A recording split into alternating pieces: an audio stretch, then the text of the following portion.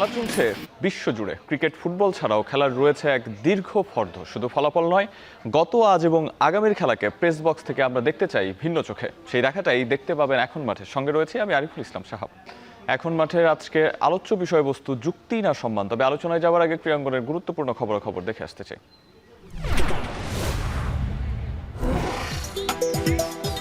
আসন্ন টি-20 বিশ্বকাপ ভারতেই খেলতে হবে বাংলাদেশকে, অন্যথায় লিটন দাসদের পরিবর্তে বিশ্বকাপ খেলবে স্কটল্যান্ড। সিদ্ধান্ত পুনর্বিবেচনা করে আজকের মধ্যে চূড়ান্ত সিদ্ধান্ত জানাতে হবে বিসিবিকে। দুপুরে বিশ্বকাপ স্কোয়াডে থাকা ক্রিকেটারদের সঙ্গে বৈঠকে বসবেন যুব ও ক্রীড়া উপদেষ্টা আসিফ নজরুল।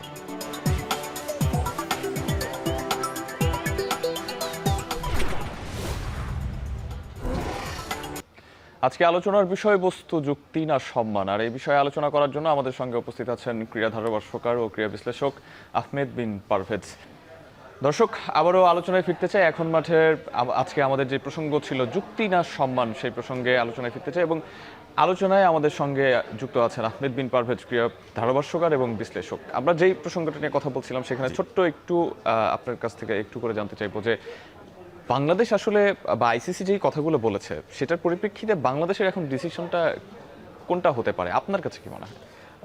আমার কাছে তো মনে হয় যে সিদ্ধান্ত অনেক আগেই নেওয়া হয়ে গিয়েছিল এবং আইসিসির তরফ থেকে পজিটিভ একটাই অপশন আমাদের কাছে আসার কথা, সেটা হচ্ছে যে আমরা ভেন্যু পরিবর্তন করছি বাংলাদেশকে অ্যাকোমোডেট করার জন্য। কিন্তু এই যে 2 সপ্তাহের একটা আলোচনা, এত ধরনের মিটিং, সেটার পর আইসিসি শেষ পর্যন্ত যে মিডিয়া বিবৃতি দিয়েছে, যেটা আমরা একটু আগে এখানে দেখলাম, প্রথম পয়েন্ট যেটা ধরেছে যে মুস্তাফিজুর রহমানের ইস্যুর সঙ্গে বাংলাদেশ দলের সিকিউরিটির কোনো সম্পর্ক নাই। এখন সেটাকে আপনি মানে সম্মুখ জায়গা থেকে যদি কাগজে কলমে চিন্তা করেন, তারা এই কথাটা বলতেই পারে, কারণ তারা কিন্তু কোনো যুক্তি না দেখিয়ে মুস্তাফিজকে প্রথমে বাদ দিয়েছিল। শুধুমাত্র বলেছিল যে বাংলাদেশ ইনফ্যাক্ট ইন্ডিয়া সরকারের ইনস্ট্রাকশনে, বিসিসিআই এর ইনস্ট্রাকশনে এই কেকেআর হচ্ছে মুস্তাফিজকে রিলিজ করেছে, কিন্তু কোনো কারণ দেখায়নি কি কারণে। বাট আমরা কারণটা জানি এবং সেই কারণগুলো নিয়েই কিন্তু বিসিবি আইসিসির কাছে অ্যাপ্রোচ করেছিল যে সিকিউরিটির কোন কোন ইস্যুতে আমাদের সমস্যা হতে পারে। কিন্তু এই যে গত 2 সপ্তাহের আইসিসির আবারও একটা রিসার্চ বা আবারও একটা অ্যাসেসমেন্ট, সেটার ভিত্তিতে তাদের এই প্রেস রিলিজ, সেখানে কিন্তু তারা একেবারেই নিশ্চিতভাবে বলে দিচ্ছে যে কোনো সমস্যা নেই। পারভেজ, প্রেস রিলিজ নিয়ে আরও অনেক কথা আমাদের বলবার রয়েছে, তবে দর্শক এই মুহূর্তে এখন মাঠে একটা বিরতি নিতে যাচ্ছি, ফিরছি কিছুক্ষণের মধ্যেই।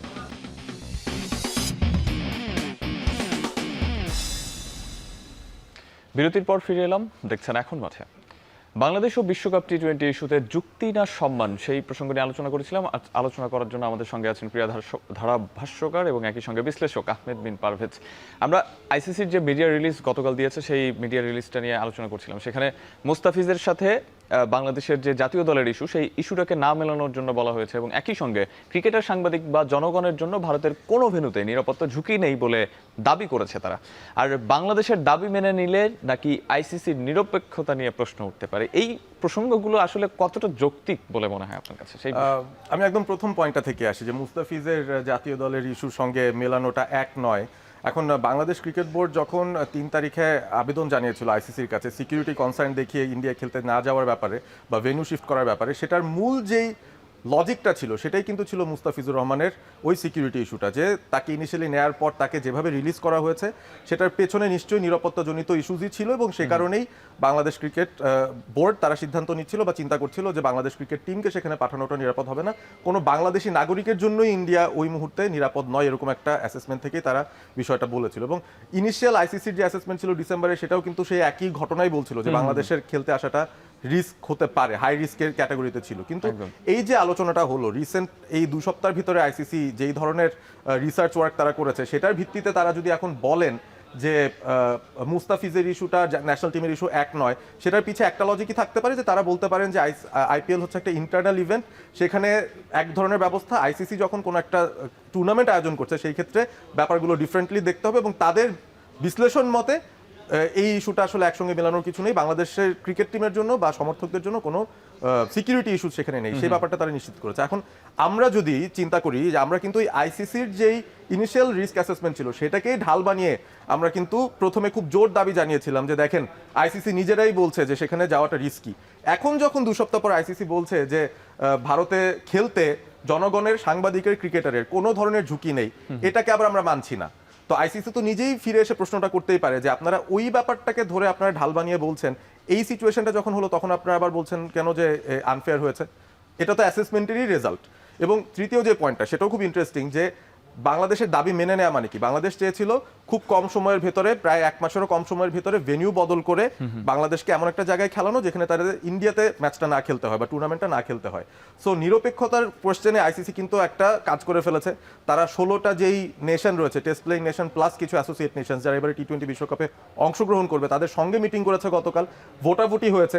সুতরাং সবার মতামত নিয়েই দেখা গিয়েছে বাংলাদেশের পক্ষে ভোট এসেছে দুটো, বাদ বাকি সব ভোটই এসেছে যে না, আমরা আমাদের ভেন্যু পরিবর্তন করতে রাজি না, আমরা অন্য কোনো ভেন্যুতে গিয়ে খেলবো না। কারণ অল্টারনেটিভ অপশনগুলো এসেছিল সামনে, জিম্বাবুয়ে কিংবা আয়ারল্যান্ডের সঙ্গে বাংলাদেশের গ্রুপ সোয়াপ করা, সেটাই সবচেয়ে সহজ একটা উপায় ছিল, কিন্তু সেটাতেও যায়নি, সবাই তাদের জায়গায় থেকেছে। সুতরাং ওই জায়গা থেকে আসলে আইসিসি এসে বলতেই পারে আমাদেরকে যে আমরা কিন্তু নিরপেক্ষ থাকার চেষ্টা করেছি, আমরা কিন্তু সবার মতামত নিয়ে তারপরে জানাচ্ছি। কিন্তু সেখানে কি কোনো প্রশ্ন থাকে না, যেমন মুস্তাফিজের ইস্যুতে যেই প্রসঙ্গটা আসে সেটা হচ্ছে যে আইপিএল কর্তৃপক্ষ কিন্তু মুস্তাফিজকে বাদ দেয়নি, সেখানে বিসিসিআই বা সরকারের ঊর্ধ্বতন কর্তৃপক্ষ থেকে বিসিসিআই এর কোনো একজনই বলেছেন ভারতীয় মিডিয়াতেই।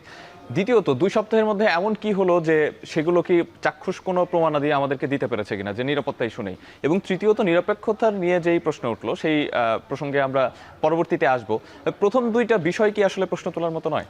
আমার কাছে তো মনে হয় প্রশ্ন তোলার মতোই, তবে এই প্রশ্নের জবাবটা বাংলাদেশ ক্রিকেট বোর্ড আমাদেরকে দিতে পারতো বা আমরা আশা করি পারবে, কারণ মিটিংগুলো আইসিসির সঙ্গে তাদের হয়েছে এবং ওই যে ক্লোজ ডোর মিটিংগুলো হয়েছে, একটা টেলিকনফারেন্স হলো, আইসিসির কর্মকর্তা বাংলাদেশে এসে মিট করে গেছেন, তারপর আবার গতকাল হলো আরও একটা মিটিং। সো এই 3টা মিটিংয়ের ওভারঅল কি আলোচনা হয়েছে সেই বিষয়গুলো যদি আমরা জানতে পারতাম সবাই, তখন কিন্তু অ্যাসেসমেন্ট করাটা বা বোঝাটা সহজ হতে পারতো আমাদের জন্য, যে কতটুকু যৌক্তিক আইসিসির লজিক এবং কতটুকু যৌক্তিক আমাদের দাবি। কারণ আমাদের এন্ড থেকে আমরা যা জানি, আমরা যতটুকু বুঝতে পারছি, সেখান থেকে আমাদের আসলে স্ট্যান্ডটা প্রপার ছিল এবং ফেয়ার ছিল। নিরাপত্তার খাতিরে আমাদের কোনো জায়গায় কোনো ঝুঁকি নেওয়ার কোনো প্রয়োজন নেই, সেটা যে কোনো খেলা হোক, যে কোনো দেশেই হোক না কেন। কিন্তু এই জায়গাটা এসে এখন যখন এরকম একটা পরিস্থিতি হলো, যখন আইসিসি বলছে যে হ্যাঁ নিরাপত্তার কোনো ঝুঁকি নেই, আমরাই বলছি, সো এই জায়গাটাতে আসলে আমি জানতে ইচ্ছুক যে ওই আলোচনাগুলোতে কি হয়েছিল। আইসিসি কি বিসিবিকে জানিয়েছিল যে আমরা এই বিষয়গুলো দেখেছি, এই বিষয়গুলো পুঙ্খানুপুঙ্খভাবে দেখার পর আমরা বুঝতে পেরেছি যে সেখানে কোনো ঝুঁকি নেই? এবং এই ব্যাপারটা কিন্তু বিসিবি খোলসা করে কিছুই বলেনি। তারা গতকালের আগ পর্যন্তই এই ব্যাপারটাই বলছিল যে আমরা এখনো আশা করছি যে পজিটিভ কিছু আসবে।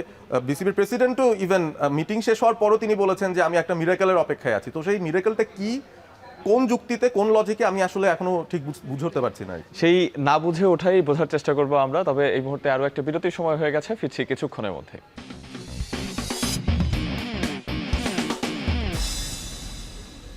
বিরতির পর আবারও ফিরলাম, দেখছেন এখন মাঠে। যুক্তি না সম্মানের প্রশ্নে আরও অপেক্ষা আমাদের করতেই হচ্ছে, তবে আলোচনা তো চালিয়ে যেতে হবে। সেই জায়গাতে নিরপেক্ষতা নিয়ে আমরা একটা কথা বলছিলাম যে আইসিসি বলেছে বাংলাদেশের দাবি যদি মেনে নিত তাহলে নিরপেক্ষতা নিয়ে প্রশ্ন উঠতো। আমরা 2025 সালে চ্যাম্পিয়ন্স ট্রফিতে যেই ঘটনাটা ঘটেছে সেটার একটু বিষয়টা দেখে আসতে চাই। ইন্ডিয়া পাকিস্তান সম্ভবত ভেন্যু ছিল চ্যাম্পিয়ন্স ট্রফির, এবং সেখানে ভারত যেতে চায়নি এবং শেষ পর্যন্ত ভারতের ম্যাচগুলো দুবাই স্থানান্তরিত করা হয়েছিল। সেই সময় আসলে নিরপেক্ষতার প্রশ্নটা আসেনি কেন এভাবে, সেই প্রসঙ্গে একটু জানতে চাই। এটার জন্য খুব সহজ একটা যদি লজিস্টিক্যাল লজিক বলি, সেই লজিক থেকে বলতে হবে যে ইন্ডিয়া এই ব্যাপারটা আইসিসিকে বেশ আগে জানিয়েছিল। মানে বাংলাদেশ যে সময় জানিয়েছে তখন 1 মাসের মতো সময় বাকি ওয়ার্ল্ড কাপ হতে, কিন্তু ইন্ডিয়া যখন জানিয়েছিল সেটা হয়তো আরেকটু আগে, এবং সে কারণে হয়তো ওই যে লজিস্টিক্যাল প্রিপারেশন নিতে খুব একটা সমস্যা হয়নি। বা বাংলাদেশ যে সময় জানিয়েছে সেই সময় যে প্রবলেমটা এবার আইসিসির ফেস করতে হতো যদি বাংলাদেশকে শ্রীলঙ্কায় তারা স্থানান্তরিত করতে চায়, সেই সময়টা বোধহয় ইন্ডিয়ার ছিল, সেটা একটা অ্যাডভান্টেজ বলা যায়।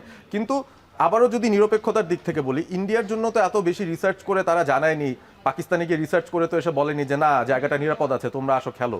ওই পথেই তো যায়নি আইসিসি, তারা সরাসরি দাবি মেনে নিয়ে বলেছে আচ্ছা চলো আমরা চেষ্টা করি কিভাবে কি করা যায়। স্বভাবে করেই কিন্তু অ্যাকোমোডেট ইন্ডিয়াকে করা হয়েছে এবং সেটার মাধ্যমেই হাইব্রিড মডেলের প্রথম নজিরটা আইসিসি স্থাপন করে দিয়েছে। তো একটা পার্টিকুলার দলের জন্য যদি এই ধরনের একটা হাইব্রিড মডেল আইসিসি করতে পারে, আমার মনে হচ্ছে বাংলাদেশ ক্রিকেট বোর্ড সেরকমই একটা নিরপেক্ষতা বাংলাদেশের জন্য আশা করছিল যখন তারা আইসিসির কাছে আবেদনটা জানায়। তারাও বুঝতে পেরেছিল যে সময় কম, অনেক কাঠখড় হয়তো পোড়াতে হবে, কিন্তু সদিচ্ছার একটা বিষয় আছে। আইসিসি সদিচ্ছা ছিল কিনা সেটাই কিন্তু একটা বড় প্রশ্ন। ওই জায়গাটাতে আমার মনে হয় বাংলাদেশ ক্রিকেট বোর্ড ভেবেছিল যে আইসিসি সদিচ্ছা থাকতে পারে।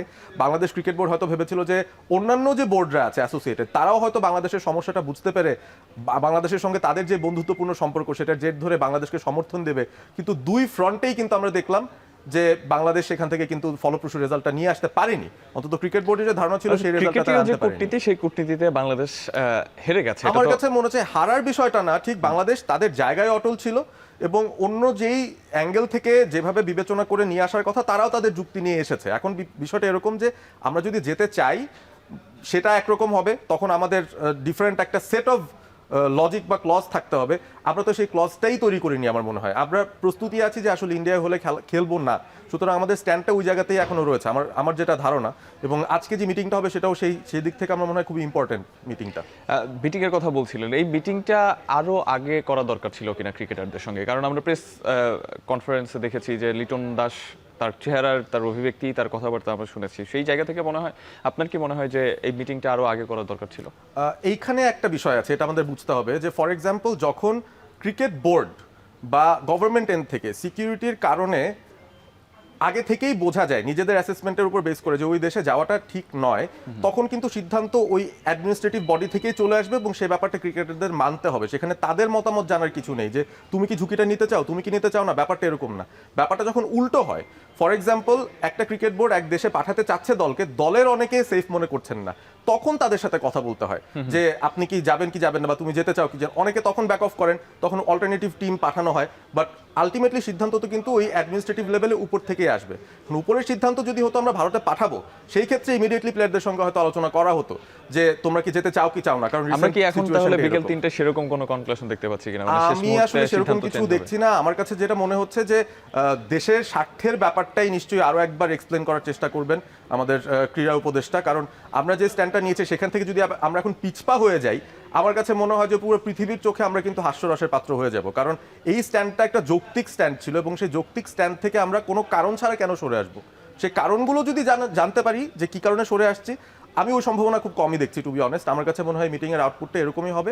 খেলোয়াড়দেরকে হয়তো অন্য কোনোভাবে এই যে পিরিয়ডটা আমরা হয়তো ওয়ার্ল্ড কাপ খেলবো না, বা সামনে আসলে কি আশা করছি আমরা, যে একটা অন্ধকার সময় কি আসতে চলেছে কিনা, সেটা নিয়ে যে আলোচনাটা এই মুহূর্তে হচ্ছে ক্রিকেট বিশ্বে বা আমাদের বাংলাদেশের ক্রিকেটের পার্সপেক্টিভে, ওইটা কিভাবে আসলে ব্রাইট সাইডে কি আছে সেই বিষয়গুলো নিয়ে আমার মনে হয় ক্রিকেটারদেরকে আশ্বস্ত করার জন্য অবশ্যই সেই প্রসঙ্গে আবারও আসবো পারভেজ আপনার কাছে।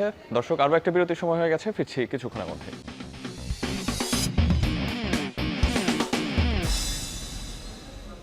বিরতির পর আরও একবার ফিরলাম, দেখছেন এখন মাঠে।